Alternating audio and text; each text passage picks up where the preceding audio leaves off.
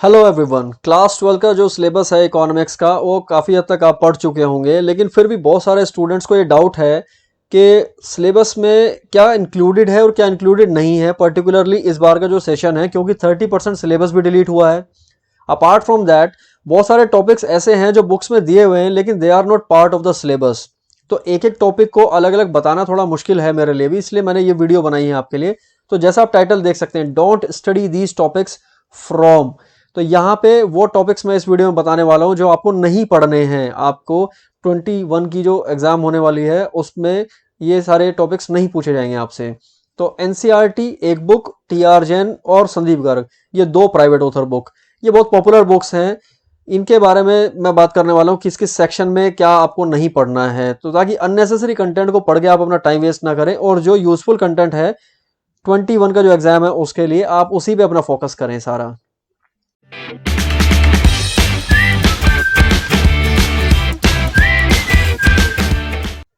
तो जैसा मैंने बताया, तीन बुक्स हैं जो मैं कवर करने वाला हूं, एनसीईआरटी, संदीप गर्ग और टीआर जैन एंड वीके ओरी। तो ये दो प्राइवेट ऑथर बुक्स हैं, दोनों की दोनों, इन दोनों को मैं कवर करने वाला हूं। और एनसीईआरटी क्योंकि ये ऑफिशियली तो यही बुक है जो प्रिस्क्राइब्ड है स्कूल्स में पढ़ना चाहिए जिसको। इसके अलावा एक और ऑथर हैं, बहुत पॉपुलर है, वो भी S K Agarwala. Particularly private schools के जो स्टूडेंट्स हैं वो काफ़ी इसको रेफर करते हैं और एग्जाम पॉइंट ऑफ व्यू से ये बहुत अच्छी बुक है, क्योंकि इसमें अननेसेसरी कंटेंट नहीं होता है, बहुत लिमिटेड कंटेंट इसमें दिया जाता है और ऑलमोस्ट सारा कंटेंट जो है वो सिलेबस में होता है।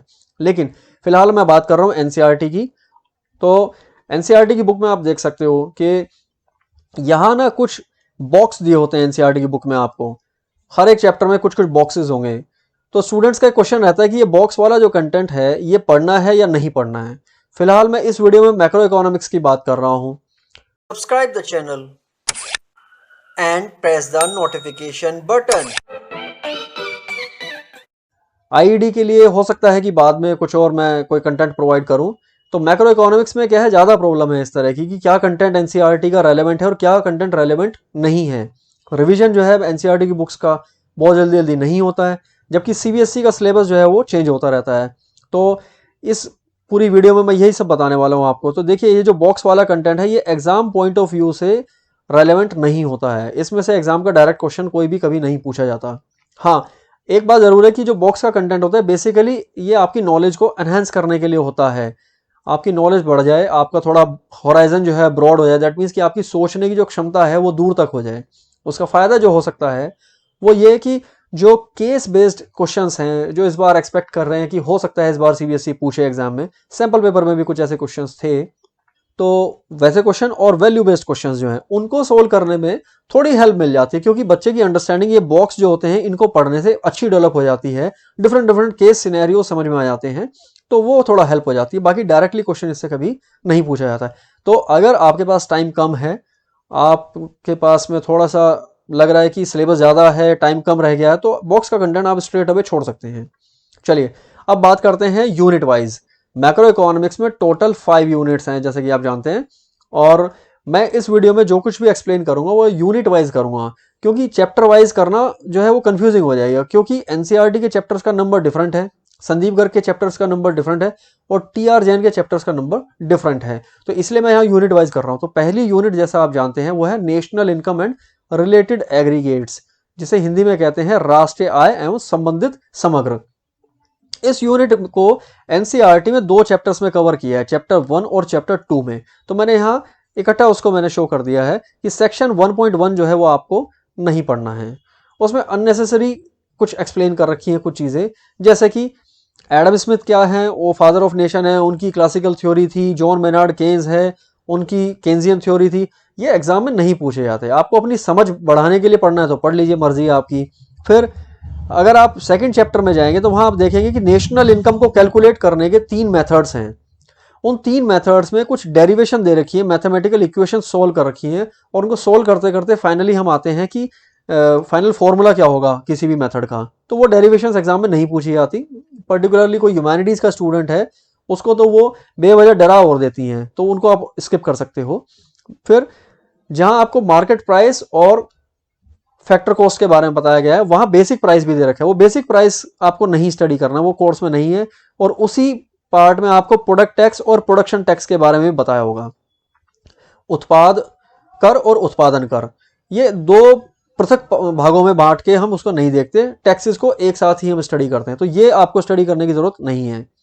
फिर आपको बुक में मिलेगा डिस्पोजेबल और पर्सनल इनकम के बारे में मिलेगा, वो भी पार्ट नहीं है सिलेबस का। प्रयोज्य आय जिसे कहते हैं, व्यक्तिगत आय या निजी आय, ये सिलेबस में नहीं है। आपको मिलेगा सीपीआई और डब्ल्यूपीआई के बारे में रेफरेंस मिलेगा, वो आप नॉलेज के लिए पढ़ सकते हैं। एग्जाम में सीपीआई कोई नहीं पूछेगा क्या होता है, डब्ल्यूपीआई क्या होता है, कोई नहीं आपसे ये पूछेगा। संदीप गर्ग की अगर बात करें तो सेक्शन 3.3 और 3.6 वो आप स्किप कर सकते हैं। प्राइवेट इनकम, निजी आय, व्यक्तिगत आय और प्रयोज्य आय, ये जो टॉपिक्स दे रखे संदीप गर्ग में, इनको आप स्किप कर दीजिए, ये सिलेबस का पार्ट नहीं है। टीआर जैन में आप देख सकते हैं हर चैप्टर के एंड में एक एबिलिटी जोन दिया है, वो उन स्टूडेंट्स के लिए है जो बहुत ज़्यादा जिनका इंटरेस्ट है इकोनॉमिक्स में और फ्यूचर में इकोनॉमिक्स में ही अपना करियर बनाना चाहते हैं। तो हो सकता है कि वो एक्स्ट्रा कुछ पढ़ना चाहते हैं, जितना उन्होंने चैप्टर में पढ़ा है एग्जाम के लिए उससे भी ज़्यादा वो नॉलेज गेन करना चाहते हैं, तो वो ऐसे बच्चे एबिलिटी जोन को पढ़ सकते हैं। फोकस जोन भी दिया होगा हर चैप्टर के एंड में, फोकस जोन को भी आप स्किप कर सकते हैं। अगर आप पढ़ने का मन है, कुछ एक्स्ट्रा एक्सप्लोर करना है, तो आपकी मर्जी है, कर सकते हैं।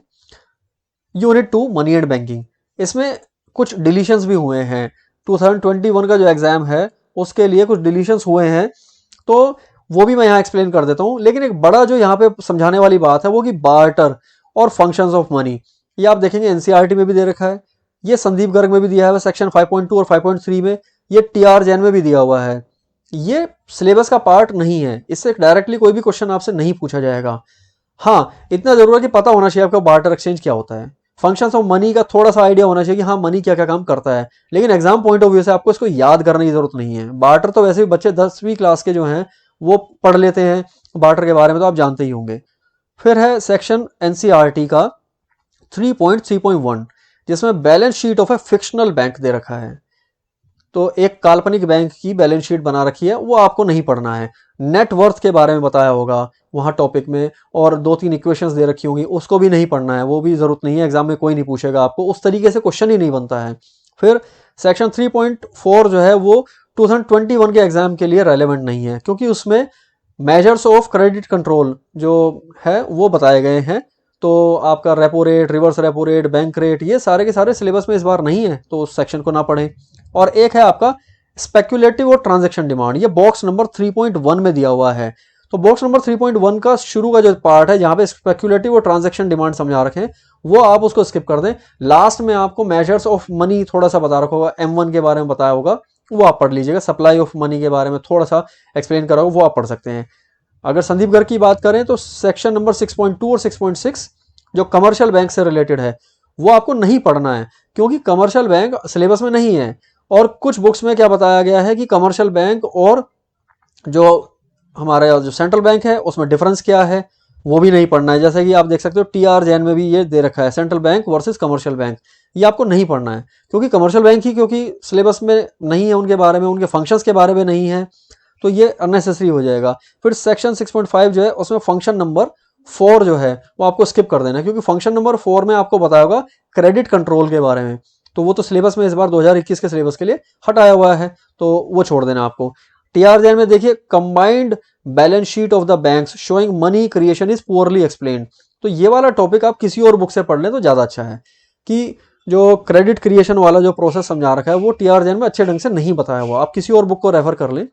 फिर है control of money supply by the central bank, वो मैं ऑलरेडी बता चुका हूं, क्योंकि 2021 के सिलेबस में नहीं है, इसलिए वो आपको छोड़ देना है। यूनिट नंबर 3 देखिए, determination of income and employment है।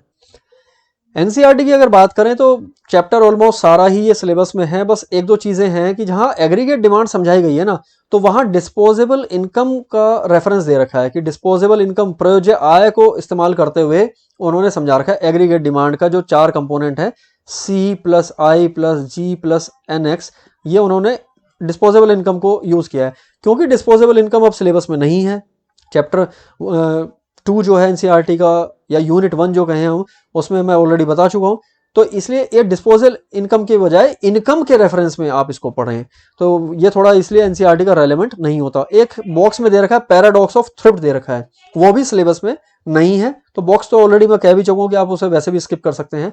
संदीप गर्ग की बात करें तो सेक्शन 7.7, 7.8 या आप स्किप कर दीजिए, और सेक्शन 9.6 जो है ये स्किप कर दीजिए, ये सिलेबस का पार्ट नहीं है। और एक आपको दे रखा है डायग्रामेटिक प्रेजेंटेशन ऑफ मल्टीप्लायर। तो जो गुणक है, निवेश गुणक, उसका एक डायग्राम के हेल्प से उसको एक्सप्लेन करना, ये सिलेबस का पार्ट नहीं है, एग्जाम में कभी नहीं पूछा जाएगा। टीआरजेन की बात करें तो application of monetary instruments to correct the situation. तो इसमें एक्सेस और डेफिशिएंट डिमांड को करेक्ट करने के लिए अगर आप देखें तो कुछ मॉनेटरी इंस्ट्रूमेंट्स दे रखे हैं, repo rate, reverse repo rate, ये सारे, क्योंकि ये इस बार मनी एंड बैंकिंग वाले चैप्टर से हट गए हैं, तो यहां भी उनके बारे में कोई नहीं पूछेगा। बस सिंपली ये पूछेंगे कि मॉनेटरी पॉलिसी जो है वो कैसी होनी चाहिए, रेस्ट्रिक्टरी हो, यानी कि जब हम मनी सप्लाई को कम करें जिसे प्रतिबंधात्मक कहते हैं, या फिर लिबरल हो, उदार हो, जिसमें मनी सप्लाई को हम बढ़ा दें। बस इतना पूछा जा सकता है। यूनिट नंबर 4 देखिए, यहां पे government budget and the economy, ये यूनिट ऑलमोस्ट परफेक्ट है संदीप गर्ग में भी और टीआरजेन में भी, लेकिन एनसीईआरटी में आप यहां थोड़ा सा स्किप कर सकते हैं। बॉक्स 5.1 जो है बहुत बड़ा बॉक्स है और उसमें बहुत सारा कंटेंट है, और उसका सारा का सारा कंटेंट स्किप कर दीजिए, कुछ भी मत पढ़ना, नहीं तो टेंशन हो जाएगी कि ये क्या है और ये तो समझ में बिल्कुल भी नहीं आ रहा है। तो बॉक्स नंबर 5.1 बिल्कुल स्किप कर दीजिए एनसीईआरटी का, लेकिन बाकी दोनों बुक्स में ये परफेक्टली दिया हुआ है, सब कुछ सिलेबस में है, कोई डिलीशन भी नहीं है इस चैप्टर में से, इस यूनिट में से। यूनिट नंबर 5 देख लो अब, बैलेंस ऑफ पेमेंट की। इसमें बड़ा कंफ्यूजन है सारे स्टूडेंट्स को, और इसमें है भी, देखिए आप कितने सारे चीजें हैं जो आपको स्किप करनी है। एनसीईआरटी की बात कर लेता हूं। Output market, financial market, labour market, ये दे रखा है, एक्सप्लेन करने के लिए दे रखा है, लेकिन इससे क्वेश्चन वगैरह कभी पूछा नहीं आता। लीकेज इंजेक्शन का टॉपिक जो है ये सर्कुलर फ्लो में भी है, यहाँ पे भी दे रखा है, ये भी एग्जाम में नहीं पूछा जाता। बॉक्स 6.2 स्किप कर दीजिए। डायग्राम जो है एक्सचेंज रेट के आपको फिक्स्ड मार्केट में भी दे रखे हैं और फ्लेक्सिबल में भी दे रखे हैं, दोनों ही जगह के डायग्राम छोड़ दीजिए। पहली बात तो फिक्स्ड में तो पूछा ही नहीं जाता कभी, फ्लेक्सिबल का डायग्राम एग्जाम में होता था, लेकिन इस बार वो सिलेबस में क्योंकि डिटर्मिनेशन ऑफ एक्सचेंज रेट का टॉपिक हटा रखा है, तो इसलिए डायग्राम एक्सचेंज रेट वाले रेलेवेंट नहीं है। Subscribe the channel and press the notification button. Speculation और interest rate and exchange rate, इनका जो इंपैक्ट है एक्सचेंज रेट पे, स्पेकुलेशन का और इंटरेस्ट रेट का, ये सिलेबस का पार्ट नहीं है, इससे क्वेश्चन नहीं पूछे जाते। एक्सप्लेन कर रखा है, कोई अपनी नॉलेज एनहेंस करने के लिए पढ़ना चाहता है तो पढ़ ले। संदीप गर्ग में सेक्शन 11.6 से लेके 11.8 तक के तीनों सेक्शंस जो हैं वो आप छोड़ दीजिए। नीर, जिसे नॉमिनल इफेक्टिव एक्सचेंज रेट कहते हैं और रियल इफेक्टिव एक्सचेंज रेट कहते हैं, ये सब एक्स्ट्रा समझा देते हैं बुक्स वाले, वो जरूरी नहीं है आपके लिए, सिलेबस का पार्ट नहीं है। और टीआरजेन की बात करें तो गोल्ड स्टैंडर्ड, ब्रेटन वुड्स, ये सारी आपको हिस्ट्री बता रखी है। ये सब आपको एग्जाम में कोई नहीं पूछता कि गोल्ड स्टैंडर्ड क्या था, ब्रेटन वुड्स क्या था। तो बहुत छोटा सा बस आप इनका इंट्रोडक्शन देख लें, आपको पता हो कि हाँ ये सब इनके थ्रू हम क्या करते थे, एक्सचेंज रेट डिटरमाइन करते थे। इनका सिस्टम होता था कि पहले गोल्ड की वैल्यू से कर लेते थे और बाद में किसी और करेंसी से पैक करके, यानी किसी और करेंसी के रेफरेंस में दूसरी करेंसीज की वैल्यूज डिटरमाइन होती थी। थोड़ा सा इंट्रोडक्शन काफी है, बाकी डिटेल में कोई नहीं पूछता इनके बारे में। Determination of exchange rate in free market, ये जो सेक्शन है पूरा सिलेबस से इस बार बाहर है, 2021 में इसको डिलीट किया हुआ है। स्पॉट मार्केट, फॉरवर्ड मार्केट जैसे जो टॉपिक हैं ये कोई एग्जाम में नहीं पूछता, अननेसेसरी एक्सप्लेन किए हुए हैं। तो आई होप कि इस वीडियो में मैंने काफ़ी डाउट आपके क्लियर कर दिए होंगे। ये जो आपको बड़ा कई बार लगता है ना कि क्या पढ़ना है क्या नहीं पढ़ना है, तो वो डाउट्स आपके इसके बाद में क्लियर हो जाने चाहिए, और आप जितना आपके सिलेबस में उसी पे पूरी एनर्जी लगाएं। फिर भी अगर आपकी क्यूरोसिटी है एक्स्ट्रा नॉलेज गेन करने की, या आपके पास फिर भी अभी टाइम बचा हुआ है, तो आप एक्स्ट्रा रीड कर लें, बॉक्स का कंटेंट रीड कर लें, डिलीटेड सिलेबस रीड कर लें, फ्यूचर में आपके काम आएगा, जो कॉम्पिटेटिव एग्जाम्स होंगे वहाँ काम आएगा। और अगर आपका ध्यान सिर्फ ये है कि सीबीएसई में how to get 95% plus marks, तो फिर आप ये इन सब को छोड़ सकते हैं, इनको छोड़ के भी आपके इतने मार्क्स आ जाएंगे। I hope this video has been useful for all of you. Chat box में आप कमेंट लिख के बता सकते हैं कि आपको ये वीडियो कैसी लगी। Thank you so much. अपने फ्रेंड्स के साथ में इसको शेयर करें ताकि उनके भी डाउट्स क्लियर हो जाए। Bye bye, take care.